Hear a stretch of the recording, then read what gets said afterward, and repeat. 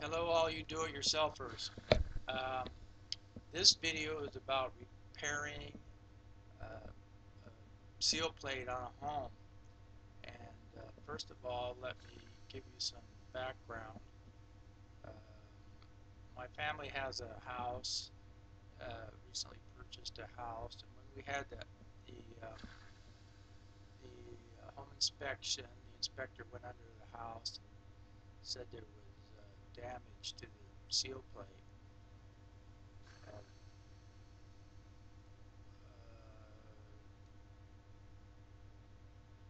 So um, we renegotiated the price on the house and went ahead and bought it. I went down and did an inspection of the seal plate. For those of you that may not know, a seal plate is it's the um, it's the piece of wood that's bolted on top of the foundation upon which the wall studs are nailed to. It supports the whole house. So it's a pretty important structural piece. I went down there and looked at the house to see how bad it was, and in my opinion, it turned out to be a lot less significant than what the home inspector said. Although it was there, I'd had two people look at it before we bought the house: the home inspector and the contractor. And the contractor advised me not to be afraid to buy the house. And at that time, I got an estimate of $3,000 to uh, repair the damage to the seal plate, and it could involve jacking up the house. But I've decided to go ahead after I went down and did the inspection myself. What I discovered, the damaged seal plate is over in the corner of the house, and on the west side of the house, I'd say there's about a 2-foot section where uh, I could take my knife and that's if you're wondering about a damaged seal plate. You take my knife, and on a solid piece of wood you can take the knife and it really doesn't penetrate very far. But on this seal plate I can take the knife and it will sink in deep. The wood is soft. It's also discolored, kind of blackened. And I'll later on in this series of videos I'll actually show you the seal plate. And so there's clearly some rot there, but it's only about a 2-foot section on the west side of the house, and on the corner, it's at the corner of two. Let's see, like that, 2 foot.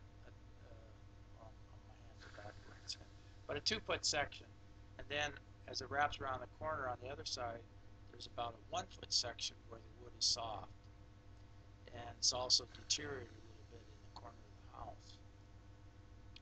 So I started to investigate. Of course, I don't want to spend $3,000 if I don't have to. So I started investigating possibilities, and I discovered, this is just, these are my own conclusions. I think if you have a seal plate, if you have extensive damage, it could be very well become a structural issue, and I'm not sure you can do what I'm going to attempt to do on that kind of house. Maybe you might need an expert contractor to see that. In some cases, it probably is better to jack the house up and just replace it with solid wood. But we're not talking about a lot of wood here. We're talking about 3 feet altogether, 2 feet on one section and a foot on the other section. And I discovered that there are epoxy resins that will go into it. And the other thing about the wood is that the wood is not collapsed. I know sometimes these seal plates if the wood gets deteriorated, the weight of the house will kind of collapse the seal plate. And that hasn't happened either, because it's being supported by the rest of the seal plate. It's just soft and blackened. So I did some investigations, as I said, and I discovered there's epoxy resins that you can brush on and inject into the wood that go where the rot is gone, and that when they evaporate, they harden and make the wood even stronger than it was originally. use similar types of epoxy resins to repair bridges and everything. So I started investigating that, and that's what I'm going to attempt to do. Is I'm going to attempt to repair the seal plate, uh, attempt to repair the seal plate. And these are the things that this is equipment that you need to do it, and what I'm going to use. First of all, I've been underneath that house quite a few times inspecting it, and I also put in a sump pump by myself. And I want to add the other thing. I'm not a very handy person. I mean, if it's not simple and it's not easy to do, I mean, I just don't do it because I don't have a lot of background in training in mechanical skills and stuff, and due to my misspent youth. But anyhow, the first thing you need if you're going to go down and be working under the house is I went down and I got these at Diamond. And these are, you can see them, they protect your knee. You just strap them on your knees and it makes it pretty, you can see the dirt under the house.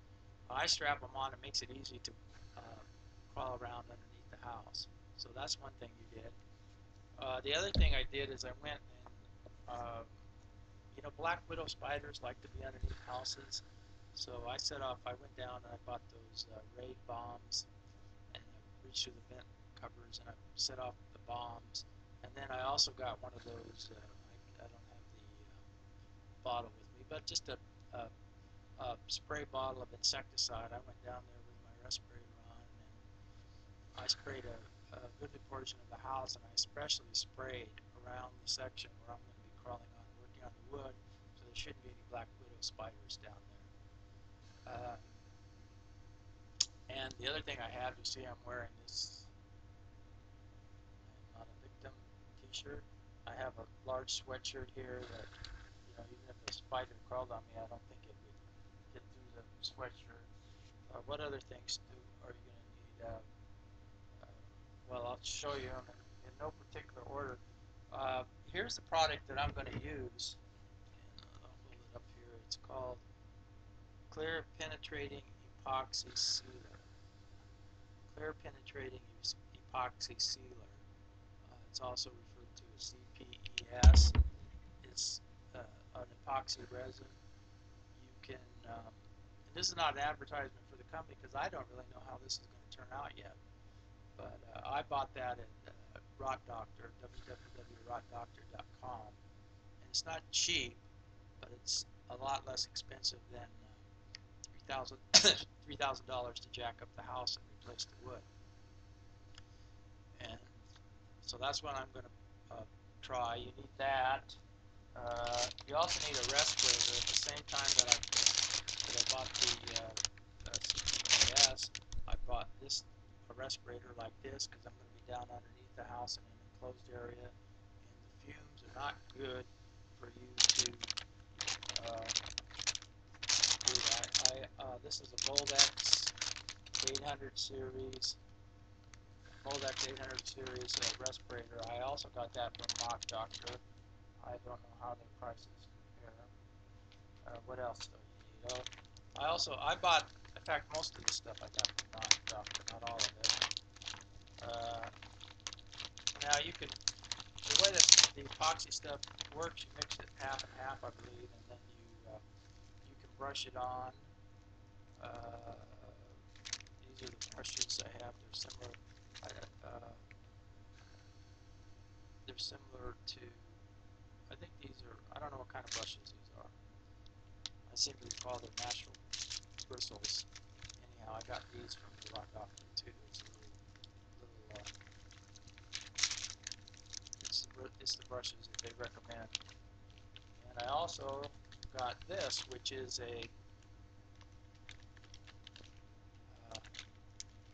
this is for injecting. I haven't opened up any of this stuff, as you can see.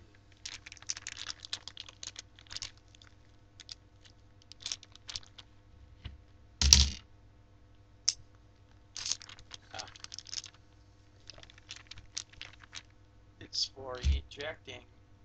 You fill up the chamber with the CPES. There's a little hose. And there's also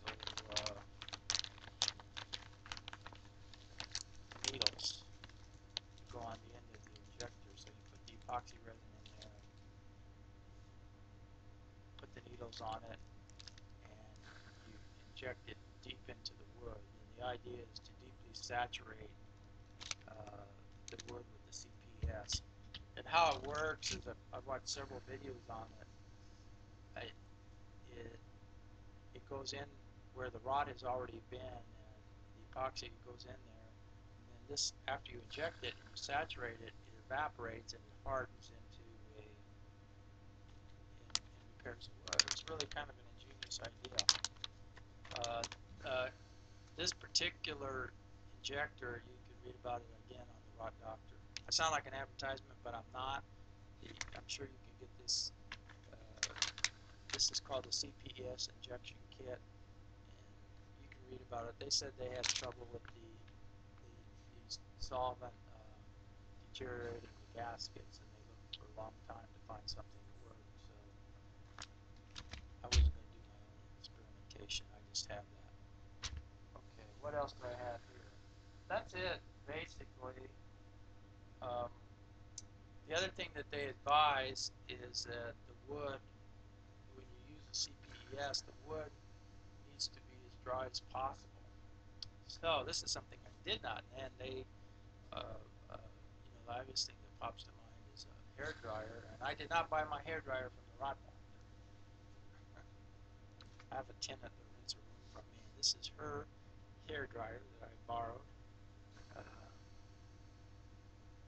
and that's what I'm going to use. So uh, that's it. So my first step is to go down, and that's what I'm going to do right now. But I thought I'd make the video before I was all dirty and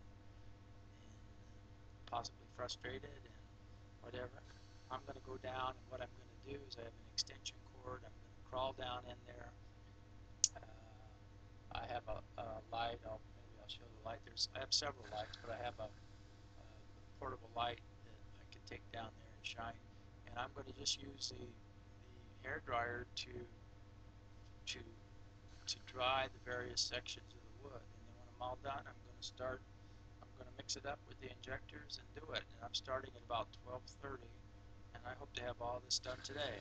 So this is the first part of my video. It's, I know, kind of long-winded. I'm sorry about that, but I think you got the picture. I'm going to attempt to repair a wood sill, a damaged seal plate by myself. It's not extensive damage, but it is damage. And it's a do-it-yourself project, and you'll be able to see how it works out. Again, thanks for watching the video.